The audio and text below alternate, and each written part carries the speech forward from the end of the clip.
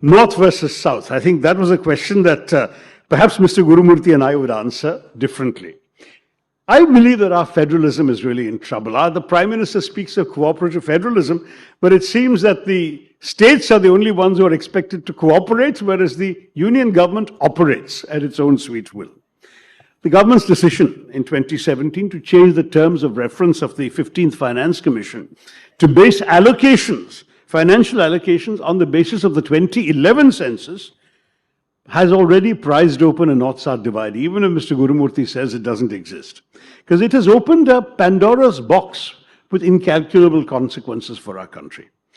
The Finance Commission's revised allocations have sent even more tax money from the South to the North than previously. And this North versus South expression is a title of a book by a Tamil writer called Neelakanthan R.S., who wrote that India is rewarding the brute demographic advantage of North India over a state's performance.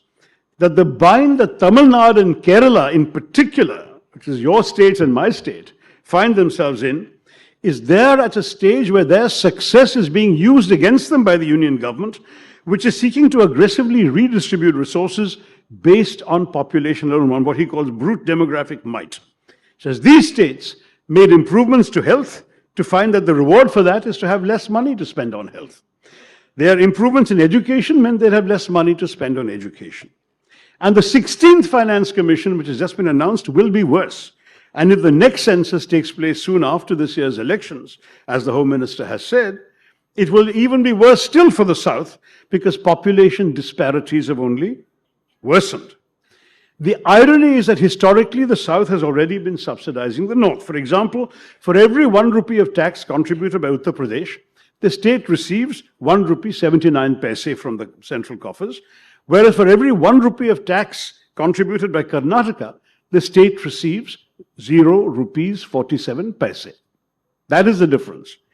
All southern states, I think, recognize the need to correct regional imbalances and for richer states to subsidize poorer ones. But it is fair to ask, as Karnataka CM Siddaramaiah has done, where is the reward for development? So to take that same example, Karnataka meets 72% of its expenses from the state's own taxes, whereas Bihar only has to meet 23%.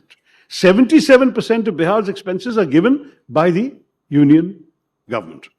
So unlike most federal systems in the world, India's revenues are going disproportionately to its worst performing states.